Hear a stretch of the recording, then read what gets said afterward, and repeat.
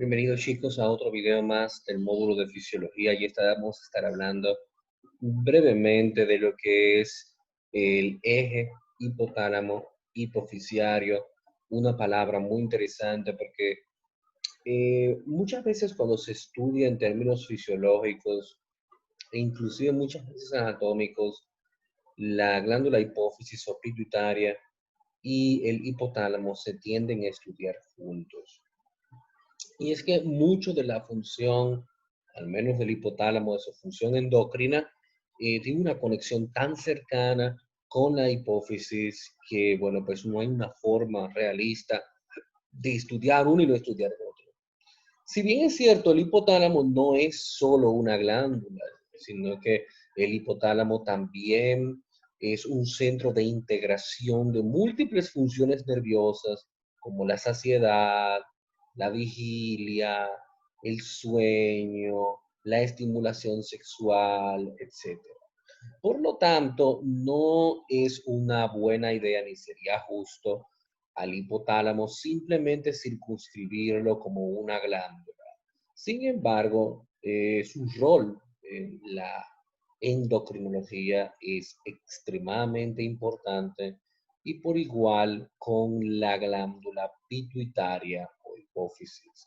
Su relación no es simplemente una relación anatómica, una relación funcional, sino anatómica también.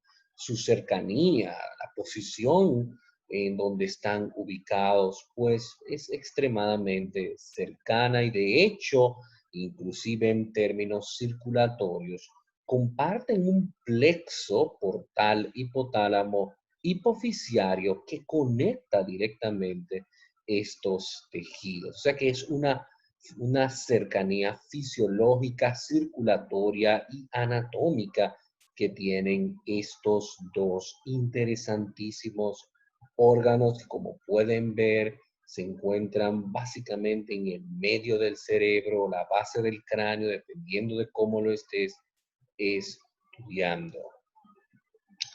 Y pues como les dije previamente, vamos a intentar de estudiar estas estructuras. El hipotálamo está formado por estructuras especiales. Aquí solo hay tres, no crean que son solo tres. Hay múltiples núcleos. Y cuando a una persona le hablan de núcleos, yo no sé ustedes, uno piensa en un puntico negro. No es para nada así. Los núcleos hipotalámicos son grupos de células o neuronas, en este caso, que se han reunido y tienen funciones específicas y diferentes.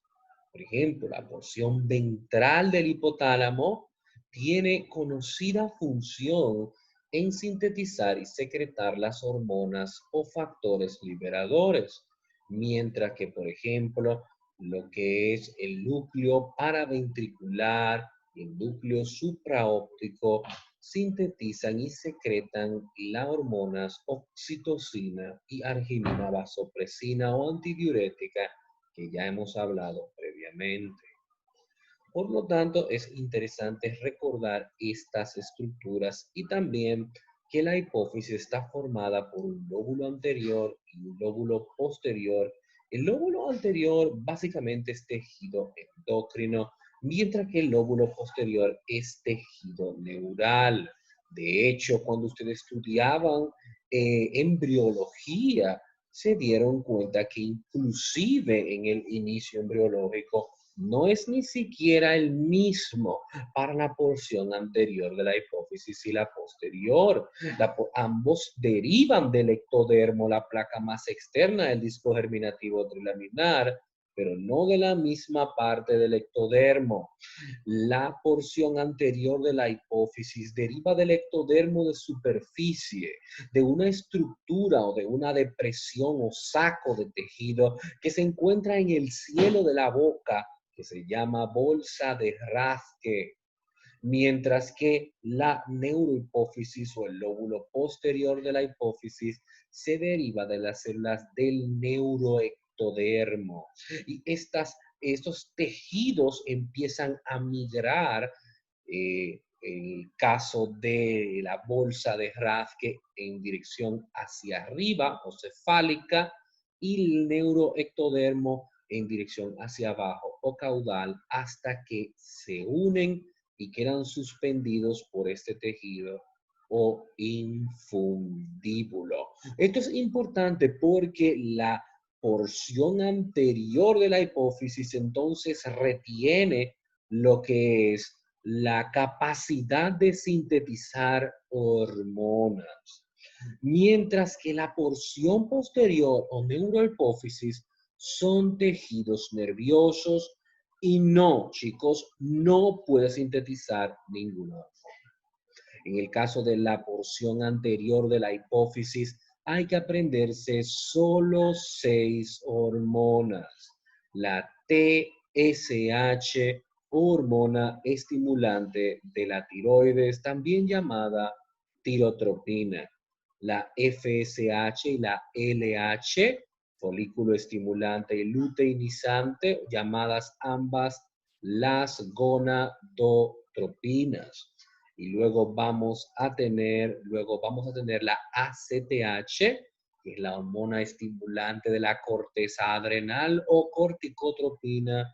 Tenemos la hormona de crecimiento y también tenemos la prolactina. TSH, FSH, LH, ACTH, hormona de crecimiento y prolactina son las 6 hormonas peptídicas sintetizadas de forma clásica por la porción anterior de la hipófisis. Tienen que aprendérselas de memoria. Una hormona como la TSH, cuyo trabajo, como el nombre sugiere, va a ser estimular a la tiroides. Es decir, que esta hormona va a viajar por la sangre, va a ir a receptores específicos en el tejido tiroideo y la va a estimular no solamente a crecer, sino también a sintetizar sus propias hormonas. La FSH y la LH, que ya son nombres conocidos, porque hemos hablado de ciclo reproductivo, tienen gran función en lo que es la estimulación gonadal de la síntesis de esteroides sexuales en hombres y mujeres, no porque se llame folículo estimulante o luteinizante, no van a aparecer en los hombres, sino que recuerden, como vimos en fisiología anteriormente, también tienen roles importantes para los caballeros. La ACTH, muy importante por su regulación de la hormona del estrés por excelencia de nuestro cuerpo, llamada como el cortisol. Si bien es cierto que pudieras tú abogar por otros detonantes para la liberación de otras hormonas de la corteza suprarrenal, la ACTH sigue siendo extremadamente importante en este rol. La ACTH deriva de una sustancia que se llama propiomelanocortina, la cual va a formar la ACTH y la hormona estimulante de los melanocitos. Por lo tanto, en condiciones donde exista una elevación de ACTH, también va a haber una elevación de hormona estimulante de los melanocitos, ya que no hay forma de formar ACTH si no se forma la otra. Por lo tanto, en estos pacientes puedes encontrar hiperpigmentación. La hormona de crecimiento, una hormona anabólica, no tan anabólica como la insulina. De hecho, ella utiliza los factores de crecimiento insulinoides. Muchas veces creemos que es la insulina que utiliza hormona de crecimiento, pero es al revés. La prolactina producida por el lactotropo, más de la mitad de la hipófisis anterior, es lactotropo. Y recuérdense que la prolactina induce a la lactogénesis, no la mamogénesis, lactogénesis, que es la síntesis de leche en el tejido mamario. 6 hormonas, chicos, que tienen que aprenderse de memoria y que les vendrán bastante útil en el módulo de fisiología. patología. La TSH, la FH, la LH y la ACTH son hormonas trópicas, por eso se conocen con ese término de tirotropina, gonadotropinas, corticotropinas, ya que ellas van a llevar, ¿verdad?, al crecimiento, ¿verdad?, síntesis y liberación de otras hormonas, como hemos hablado previamente aquí.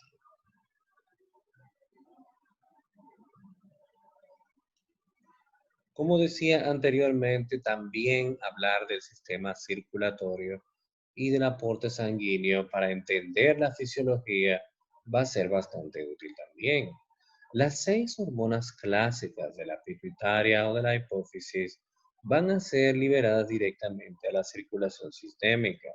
De hecho, ya ustedes aprendieron que las glándulas endocrinas liberan sus contenidos directamente a la sangre, pero eso no es lo que nos estamos refiriendo aquí, ya que en el caso de las hormonas de origen hipotalámico, que tienen un tamaño muy pequeño en comparación a la estructura de las hormonas hipofisiarias, hay que ponerles el trabajo un poquito más sencillo. Las hormonas hipotalámicas o factores hipotalámicos son la TRH o hormona liberadora de tirotropina. Tenemos la GnRH, que es la hormona liberadora de gonadotropinas. La CRH, que es la hormona liberadora de corticotropina. La GHRH, que es la hormona liberadora de hormona de crecimiento. La somatostatina, que es la hormona inhibidora de la hormona de crecimiento.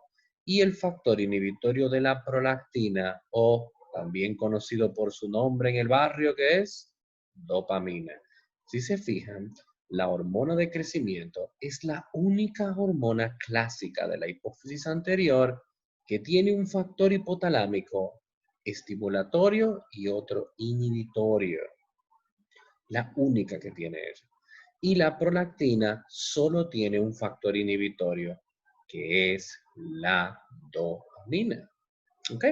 ¿Y por qué? Para conectar con el tema que hablábamos. Entonces, les decía que la hipófisis anterior puede secretar sus hormonas, las que vimos ahorita, directamente a la sangre sistémica.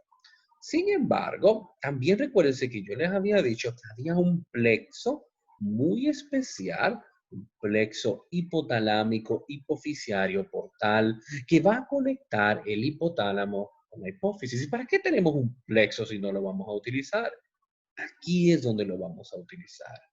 Estas hormonas de origen hipotalámico que son tan pequeñitas, no la podemos mandar a través de lo que es la circulación sistémica, porque pudieran, bueno, pues perderse en el camino o no llegar en el tiempo necesario o la cantidad necesaria para activar sus receptores y regular sus respectivas funciones fisiológicas.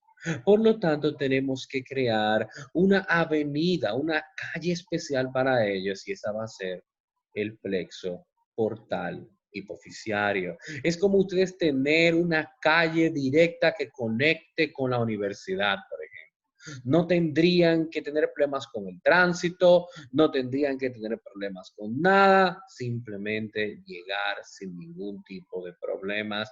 Esa es la idea de tener este plexo, garantizar que estas hormonas peptídicas o factores, como se les solía llamar, pudieran llegar con gran facilidad a sus respectivos receptores a nivel de la hipófisis anterior. De hecho, las hormonas de la hipófisis anterior también van a tener esa capacidad. El estímulo que inducen los potenciales de acción en el hipotálamo, las neuronas del hipotálamo ventral, pueden causar la liberación de sus hormonas a la red de capilares que van a drenar a una segunda cama de capilares antes de entrar a la circulación sistémica.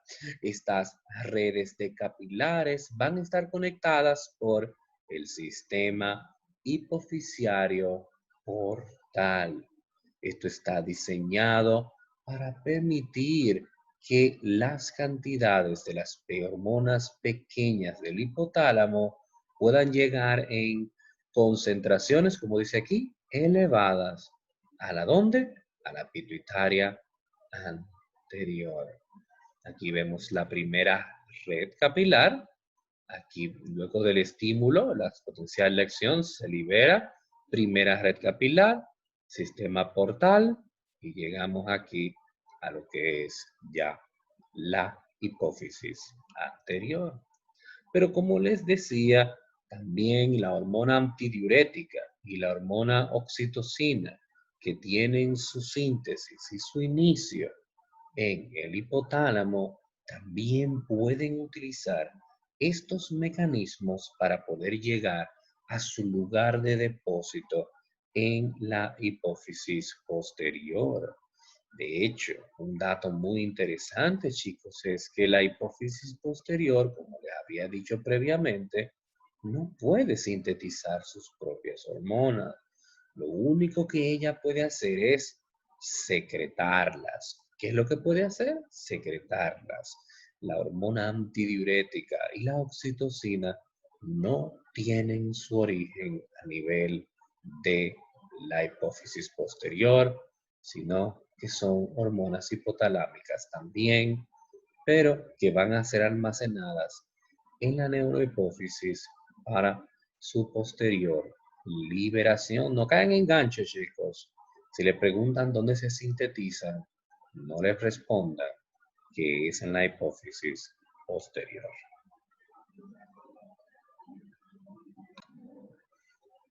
Algo interesante que a veces puede ser un poco confuso es entender la manera en la que estas hormonas se comunican unas con las otras y cómo se comunican con los diferentes tejidos.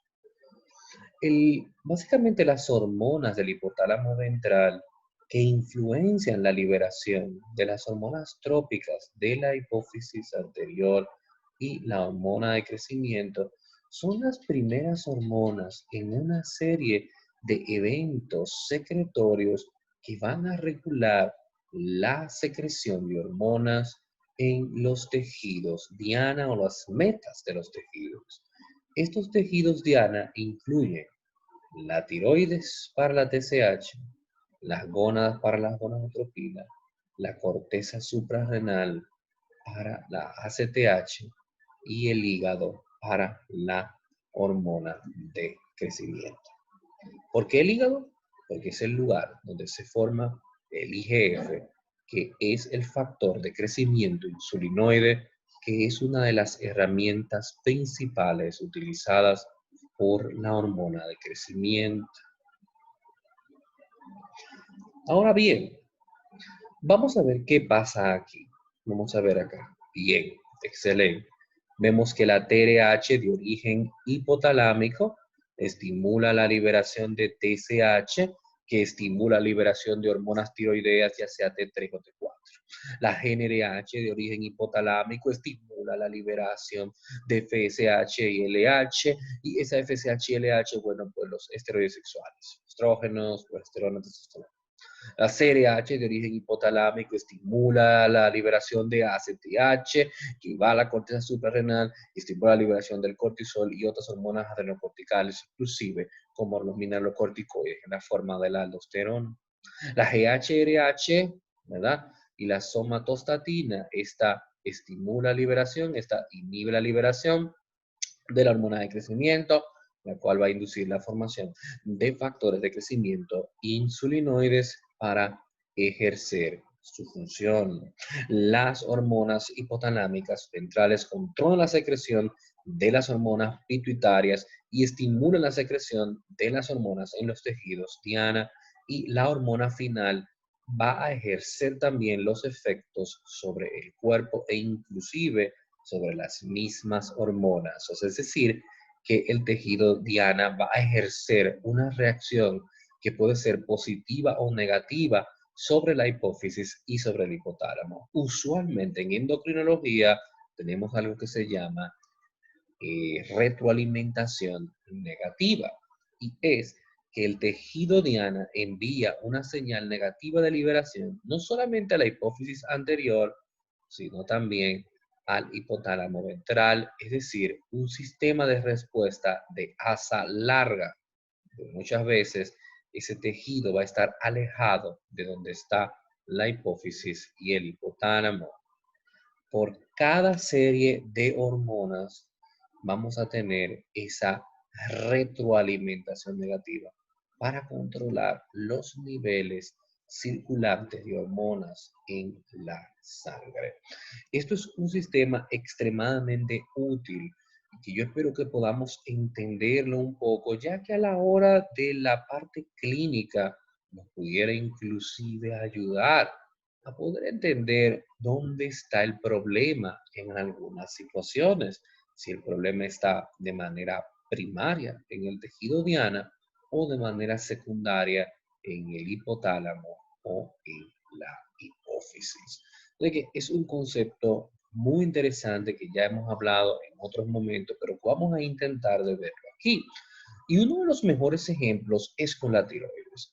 El aumento de la TRH lleva a un aumento en la TSH, que lleva a un aumento en la T3 y la T4.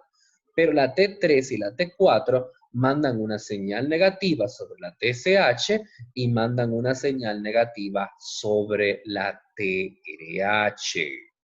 Es decir, que cuando la T3 y la T4 se eleven, van a causar una disminución de las dos hormonas que inducen su liberación. Las hormonas tiroideas también pueden ejercer un impulso positivo sobre la hormona de crecimiento. La CRH, ¿verdad? Cuando está elevada, lleva a un aumento de la ACTH y eso va a llevar a un aumento del cortisol. Pero cuando el cortisol aumenta, él envía una señal negativa no solamente a la ACTH, sino también a la CRH. Esto es otro ejemplo de retroalimentación negativa. Pareciera como que los tejidos dianas son malagradecidos, ¿verdad? Les mandan una señal negativa, pero créanme que eso es extremadamente importante para el control, porque una vez tú tienes suficiente cortisol, ya tú no necesitas que produzcan más. Cuando tú le dices hipófisis, hipotálamo, por favor, ya no me mandes más, tengo suficiente. La prolactina difiere porque la prolactina solo tiene un inhibitorio, que es la dopamina. ¿Okay? La prolactina, recuérdense que se produce en gran cantidad en la hipófisis anterior, de hecho, la mayor cantidad de la glándula es el lactotropo, que es la célula que produce la prolactina, y el tumor más frecuente, precisamente por eso, en la hipófisis es el adenoma secretor de prolactina. Tiene mucho que ver con que la mayor cantidad de la glándula está formada por este tejido. ¿Okay? Pero recuérdense que la prolactina básicamente no tiene como ese sistema negativo que vemos aquí, positivo, enredado, sino que básicamente la dopamina ejerce una acción negativa sobre la liberación de la prolactina. La prolactina, también el estrógeno, tiene un efecto sobre su liberación. Ella puede inducir un aumento en su síntesis, pero inhibe su liberación. Déjame explicarle porque es un poco extraño. Cuando tú una mujer embarazada, tú vas a tener que hay mucho estrógeno. Y eso va a llevar a que cuando tú le hagas la muestra de la prolactina, la paciente tenga la prolactina elevada. Eso está bien, está embarazada, tiene mucho estrógeno. El profesor me acaba de decir que el estrógeno envía una señal positiva a la prolactina. Excelente. Le mido a la prolactina, está alta. Perfecto. Pero ¿por qué no está lactando la mujer? Gran signo de interrogación, ¿verdad que sí? Y te quieren saber por qué. Por el mismo estrógeno. ¿Por qué? Porque el estrógeno impide la liberación de la prolactina. Es como que yo te diera dinero y no te dijera con el dinero, no lo puedes gastar. De hecho, ¿por qué están contraindicados los anticonceptivos orales combinados durante la lactancia? Y yo sé que alguien me va a decir, pues cuando las mujeres están lactando no se embarazan. Eso no es seguro. ¿Ustedes quieren saber por qué están contraindicados? Porque el estrógeno inhibe la liberación de prolactina, por lo tanto inhibe la lactancia. Por eso es que los anticonceptivos de progestina única, como el linestrenol y la mini píldora, son los que se recomiendan durante la lactancia. Es decir, que el estrógeno tiene una relación complicada con la prolactina. Miren qué cosa más rara. Te voy a hacer que te sintetice, pero voy a bloquear tu liberación. Y eso es un problema para la lactancia. Así que no lo olviden, recuerden ese dato que es muy interesante y que le puede ser útil a nivel práctico. También recuerden que cualquier droga, esto es muy importante, espérense, cualquier droga que bloquee la dopamina va a llevar a un aumento de la prolactina. Eso incluye la metildopa, la metoclopramida o cualquier sustancia que ustedes aprendan en fármaco que de alguna forma impide la liberación o la función de la dopamina, busquen que el paciente va a tener una hiperprolactinemia. Búsquenlo, búsquenlo porque recuérdense que la única que le va a ejercer una acción negativa a la prolactina es la dopamina. De hecho, el tratamiento de la hiperprolactinemia, ¿qué es? Un agonista dopaminérgico en la forma de la carbegolina o la bromocriptina. Datos que, de nuevo, parecieran en fisiología simplemente que yo le estoy complicando la existencia a ustedes, pero sin duda alguna tienen una gran utilidad clínica para ustedes. Y que, bueno, les va a tocar pues, sentarse, leerlos varias veces, aprendérselos varias veces, pero es extremadamente útil. Porque si yo tengo un paciente que me llega con un hipotiroidismo y en el hipotiroidismo tiene la TSH elevada y la T4 libre disminuida, pues yo puedo asumir que como está disminuida la T3 y la T4 y la TSH está aumentada, esa es la hipófisis intentando de responder a los niveles disminuidos de T3 y T4 y el problema no está en la hipófisis porque está respondiendo bien, estaría en la tiroides, por lo tanto sería un hipotiroidismo primario. Pero si la TSH estuviera disminuida, pues entonces yo puedo asumir que lo que le falta a la tiroides es la estimulación y entonces el hipotiroidismo es secundario, no es en la tiroides que está el problema, es en la hipófisis. O sea que esto no es simplemente una idea rara de yo complicar la existencia a ustedes, esto es clínicamente importante para ustedes. El hipotálamo es el lugar de integración autonómica más importante, por eso les decía ahorita, no simplemente crean que es una glándula, no lo es, tiene múltiples funciones, como habíamos hablado ahorita, que seguramente ustedes en neuroanatomía ya han visto o que van a ver.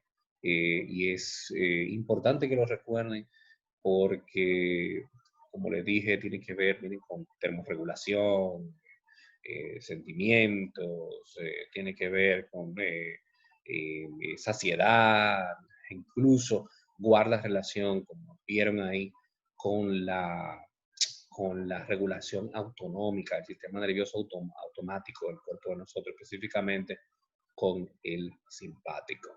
Por eso, evidentemente, el hipotálamo no es un órgano que simplemente termina aquí, sino que es algo que ustedes también van a ver. Y aquí, bueno, pues lo que se está hablando es de los reflejos neuroendocrinos, que son también útiles con respecto aquí a la oxitocina. La oxitocina es liberada no por ninguna sustancia ni ninguna hormona liberadora. Ustedes no vieron que yo dije hormona liberadora de oxitocina, sino que la oxitocina se libera por reflejos neuroendocrinos. Y esos reflejos neuroendocrinos pueden parecerle extraños, pero el mismo chupeteo del bebé sobre el pezón estimula directamente el tejido nervioso a la liberación de oxitocina. Por tanto, por eso es que ustedes ven que a las señoras cuando están lactando, siempre le dicen que para lactar el niño tiene que pegarse. Eso es parte muy importante de él. De hecho, algo que como ven aquí tal vez le pudiera parecer muy extraño, inclusive el escuchar el llanto del bebé estimula la liberación de oxitocina.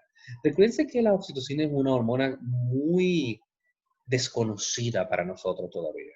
La oxitocina es conocida como la hormona del amor y se libera en varios momentos, en condiciones que tienen que ver con momentos pasionales, ese tipo de cosas, momentos donde la persona está siendo desinteresada, ese tipo de momentos aumentan los niveles de oxitocina. Por lo tanto, es bastante interesante. En cuanto a la hormona antidiurética, tampoco hay una hormona liberadora de hormona antidiurética, sino que recuérdense que ella va a responder pues a los cambios en la osmolaridad de la sangre y en cambio al volumen sanguíneo. Por lo tanto, recuérdense que esto es lo que va a llevar también a la liberación. Algunas hormonas también tienen ritmos circadianos. ¿Y qué es lo que son ritmos circadianos?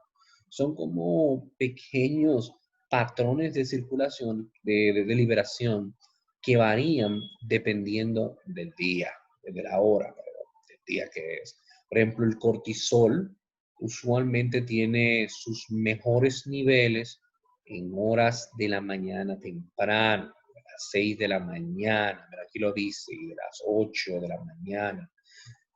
O sea que hay hormonas, evidentemente, que tienen que tenerlo en cuenta. Miren, por ejemplo, el cortisol, sus niveles más bajos son en la noche y son más altos en la mañana. Y la mayoría de las hormonas tienen un patrón de liberación episódica pulsátil. La episódica pulsátil básicamente es un tipo de liberación que consiste en que es como una llave de agua. Imagínense que tú la vas abriendo y la vas cerrando. La vas abriendo y la vas cerrando. Hay como momentos donde está liberando, momentos donde no lo hace. Es decir, que la liberación no es constante. ¿Ok? No es constante. Es periódica, pulsátil. Bien, chicos, eso es todo lo que le quería decir de parte de este resumen, ¿verdad?